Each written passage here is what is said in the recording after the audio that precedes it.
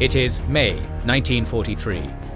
Almost a year has passed since the pivotal Battle of Midway, a battle that will be forever remembered as one of the key moments that changed the course of the Pacific War in favour of the Allies. But at the same time, another important but often forgotten campaign was starting, with the Japanese invasion of the islands of Attu and Kiska. These would be the only two invasions of American incorporated territory in the entirety of World War II, the first time in 130 years since the War of 1812. As such, it was a great shock for the population of the US, yet another stain in the record of the American military that would not be cleansed until the Japanese were brought to their knees. Today, the day has finally come for the liberation of the Aleutian Islands. But as with anything in the Pacific War, this would be a costly endeavour. Thus, join us as we delve into the start of the bloody Battle of Attu. This video is brought to you by our Patreon supporters and YouTube members. They get exclusive videos weekly. Right now, the patrons and YouTube members have 30 videos to choose from, with series on the Peloponnesian War, Italian War of Unification, Risorgimento, and History of Prussia. You can join their ranks by pressing the join button under the video or use the link in the description and pinned comment to watch exclusive videos, access our member-only Discord, see our schedule and get early access to the public videos. Thanks for supporting us.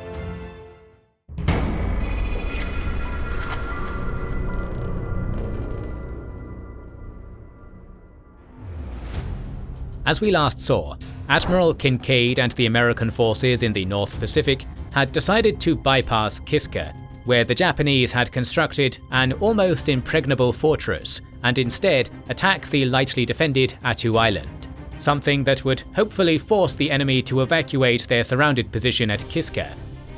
Codenamed Operation Landcrab, the invasion of Attu was assigned to the 7th Division of General Brown, under the overall command of Admiral Rockwell. Shipping had been one of the main issues for the Americans in the North Pacific, always receiving the short end of the stick when it came to the assignment of resources, so the Landcrab Assault Force would have to set sail in 5 terribly overcrowded transports on April 24th. Meanwhile, General Butler's air forces had been carrying out an intense bombardment campaign against Kiska, as Kinkaid didn't want the enemy to suspect that Attu was the real target for the incoming invasion. By the end of April, the 7th Division finally steamed into Cold Bay, signalling that the last phase of preparations for the start of the battle were to begin. Thus, Butler at last shifted his focus to Attu on May 1st, with his airmen seeking every opening in the maddening cloud cover to soften up the island for the impending invasion. At this point, Colonel Erickson had again taken command of the 11th Bomber Command, and Admiral McNorris would also take the opportunity to shell the island with naval gunfire. At Attu, Colonel Yamasaki Yasuro had been appointed to command the 2nd District Force of the North Seas Garrison, arriving at the island by submarine in April, with orders to hold Attu without outside help until late May, when it was supposed that he would receive reinforcements. For this task, he counted with 2 infantry battalions, a provisional anti-aircraft battalion, 2 engineer companies, and a company of mountain artillery. Truly meagre forces against the full might of an American division. In the meantime, Rockwell and Brown spent May 1st and 2nd discussing the landing plans against the main Japanese position at Chichagof Harbor. Although Rockwell wanted to land the entire 7th Division at Surana Bay, as he didn't believe he could maintain the full-scale supply of 2 different landing points, it would be Colonel William Alexander's Plan E that would finally be approved. Favoured by General Brown, the plan was to land a regimental force at Holt's Bay and another at Massacre Bay, holding the 3rd Regimental Force in reserve, while Captain Willoughby's Scout Battalion was to land at Beach Scarlet and press eastwards. The key to the plan was to have all 3 forces join up in the mountain pass between Holt's and Massacre valleys, thus trapping the Japanese at Chichagov Valley and leaving it open to naval bombardment, air attack, and the 7th Division's massed advance from the high ground. As we can see, Willoughby's landing would be a very dangerous task, so it was planned that 245 men of the Scout Battalion would land from 2 giant submarines at night, in complete silence, to rapidly surprise the enemy from behind. But if the Americans jumped into the rubber boats, their equipment would clank and the heavy weapons would rip holes in the fragile rafts. So Willoughby instead planned to come topside, inflate their rubber boats on the afterdecks, and quietly crowd the boats while they were still high and dry. Then, the submarines were to submerge under them, so that the boats could float off without a ripple. Once a beachhead was established, a destroyer would finally bring the remaining 165 men to the island. As for the Navy, it had the crucial task of providing gunfire support on the enemy positions, getting reinforced with 3 colossal old battleships, the escort carrier Nassau, and a large variety of cruisers and destroyers. Altogether, it was the largest American force to be assembled in the Pacific since the invasion of Guadalcanal. On May 3rd, although American intelligence reported that the Japanese knew about the planned invasion, the assault force would finally depart Cold Bay en route to Attu, cutting across the chain at Sumatra Pass and making a wide circle north of Kiska to avoid detection. By May 6th, Rockwell's force had reached the launch point, 100 miles north of Attu. Yet a storm blew in that evening. As the surf would be far too hazardous for troop landings, Rockwell would have to postpone the invasion until May 11th, when the storm ended at last. But in its aftermath, a soupy fog blanketed the Western Ocean, causing an unfortunate accident between 2 American destroyers. Meanwhile, Colonel Yamasaki had been warned to expect an American invasion on May 4th, so he immediately ordered his men to combat alert positions. He kept them like this for an entire week, but by May 10th, the Japanese forces were exhausted, and it looked like no enemy invasion was coming. Thus, Yamasaki decided to leave the beaches unguarded, as his small force of 2,500 men couldn't possibly cover every landing point on the beaches. Because of this, his only chance was to occupy the high ground, draw the enemy back into the mountains away from their supplies, and fight a delaying action in the high passes. Yamasaki therefore pulled out of the low areas and built bunkers and trenches around the snowy ridges above the Massacre and Holtz valleys. Back on the Kuriles, Admiral Kawase could do little to oppose the American offensive in the near future. He could only send 3 submarines and a seaplane tender to raid the enemy, while he assembled a large force of battleships, aircraft carriers and cruisers to bring some 4,500 reinforcements for late May. During the early hours of May 11th, it was finally decided to commence the landings. At 0100, the submarines Nautilus and Narwhal emerged 3 miles off the western shore of Attu, allowing Captain Willoughby's scouts to inflate their rubber boats on the afterdecks in complete silence. Once the men were packed into the rubber boats, the submarines submerged, and the boats began to float free. Rowing with haste in the cold weather, the scouts would successfully land at Beach Scarlet 2 hours later, immediately heading towards an icy little creek and climbing up its precipitous ravine towards the ridges, with no sign of the enemy. Behind them, however, they bitterly saw carrier fighters from Nassau come down on Beach Scarlet, strafing and destroying the scouts' rubber boats. With only 36 hours of food in their packs, the scouts' only possibility of retreat had thus been cut off. Further south, after a naval bombardment of Chichagov Harbor by the battleships Pennsylvania and Idaho, the largest of the 3 assault bodies had arrived on transport to Massacre Bay by early morning. Yet the fog forced the Americans to postpone the landings until noon, when General Brown ordered the southern force of Colonel Edward P. Earle to go ahead regardless of fog.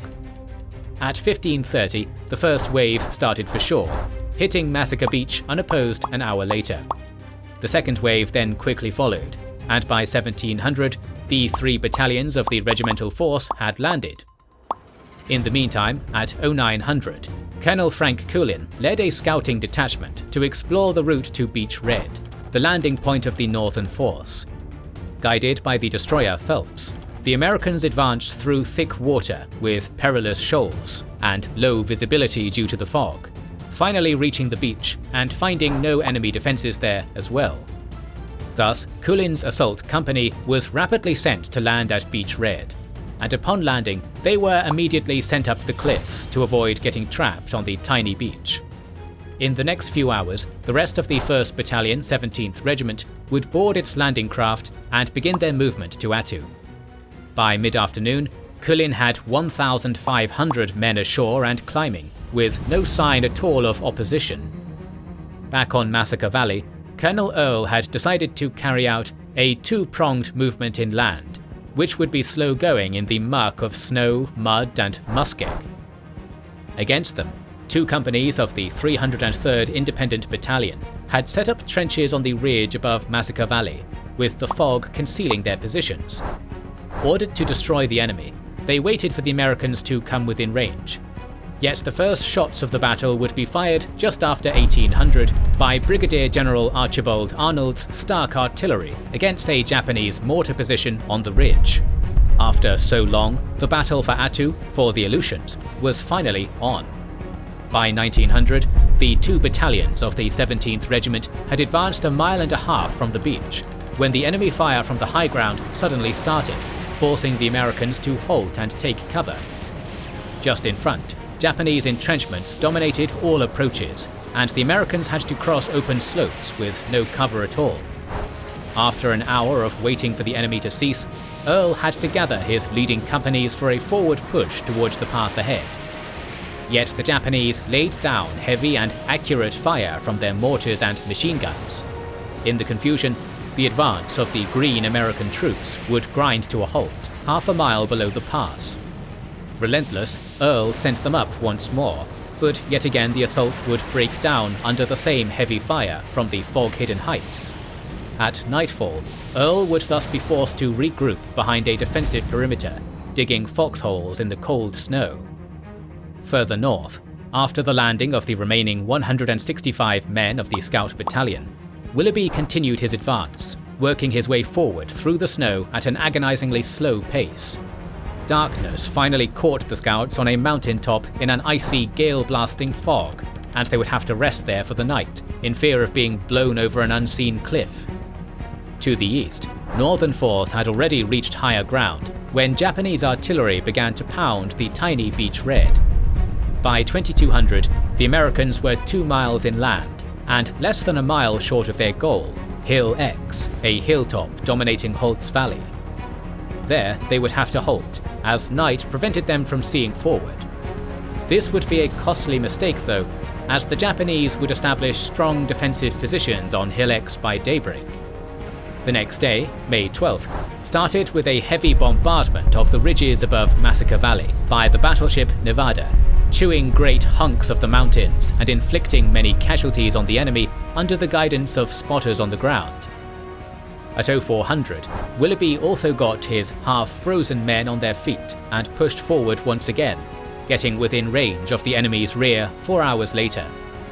They had managed to remain undetected, but now the Japanese could see them, so they turned west and opened fire. In response, the Scouts took cover behind ice boulders and rocks, and returned fire with their mortars and machine guns. Dug in on the windy slope, Willoughby would begin a costly struggle that would successfully prevent the enemy from turning to attack the northern force. At 0900, the fog seemed to have lifted, so Colonel Earle ordered one of his battalions to attack the Jamin Pass defences. But once again, the troops could only make a few yards before they were stopped cold by withering fire from the fog above, finally being forced to crawl back to their foxholes. Furthermore, in an unfortunate event, Earle visited the front lines early in the afternoon, only to become a target for a Japanese sniper. The death of Colonel Earle was a serious loss, so General Brown immediately sent his Chief of Staff, Colonel Wayne Zimmerman, to take command of the southern force. At the same time, in the north, one of Colonel Kulin's companies attacked the right flank of the Japanese defences towards the Jamin Pass, but it too came under a fusillade from mortars, machine guns and rifles. Pinned down, the company would be unable to move forward or back, so it would have to be rescued.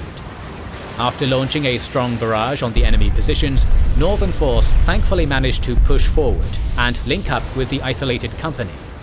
But from there, the tenacious Americans continued forward, moving uphill through heavy shooting. By late afternoon, Kulin's battalion had overrun the enemy's first line of defences, successfully capturing Hill X, yet the Japanese soon regrouped and launched a fierce counterattack, inflicting many casualties on the defenders, but at last failing to push them back. Meanwhile, Brown was pressing Rockwell to land his 2 reserve battalions, but unbeknownst to him, the transport Parida suffered an accident that left the Admiral with only 4 craft for shipping endeavours. On May 13th, the heavy fog would not lift until mid-morning, when Colonel Zimmerman threw his battalions against Jarmin Pass once again. The soldiers flapped uphill through the snow, blazing at the Japanese guns above, and managed to get within 200 yards of the summit before the triple crossfire threw them back. After this defeat, Brown again pressed for his reinforcements, getting informed that the 2 battalions would arrive early in the afternoon. By mid-afternoon, the 1st Battalion, 32nd Regiment, had successfully landed, immediately moving up to fill in the front lines. But to the north, the landing of the 3rd Battalion, 32nd Regiment would be prevented by steady, accurate fire from Japanese anti-aircraft guns. Meanwhile, both Northern Force and Willoughby's scouts were pinned down by the relentless attacks of the enemy, so Brown would call Rockwell to fire with Nevada against the Holtz Bay area. Despite the attack of a Japanese submarine, the enemy's flak guns were silenced, so the Americans took the opportunity to attack. The debilitated scouts, in their 2nd day without food, managed to drive the Japanese from the high ground, securing the summit and settling down just before nightfall in the extreme cold. To the east, Kulin's 1st Battalion also managed to drive the Japanese from their hilltop trenches with the assistance of Nassau's Wildcats. Before dark, the reinforcement battalion had also landed, going straight up to reinforce the exhausted troops at the front. With this success, and with the arrival of the reinforcements, Kulin then prepared to launch a full-scale assault towards the mountain pass and the enemy camp in Holtz Bay, to start in 36 hours. Upon getting informed of the incoming offensive, Brown ordered Zimmerman to postpone further southern attacks until Kulin could get into position on the far side of the pass, thus forcing Southern Force to pull its front lines further back. But this is the end for today. Next week, we'll continue to cover the Battle of Attu, and we'll also turn to the CBI Theatre to cover the start of another engagement, the Battle of West Hubei. If you don't want to miss any episodes, make sure to subscribe and press the bell button. Recently, we have started releasing weekly Patreon and YouTube member exclusive videos. Join the ranks of patrons and YouTube members via the link in the description or by pressing the button under the video to watch these weekly videos, learn about our schedule, get early access to our videos, join our private Discord, and much more. Please consider liking, commenting, and sharing. It helps immensely. This is the Kings and Generals channel, and we will catch you on the next one.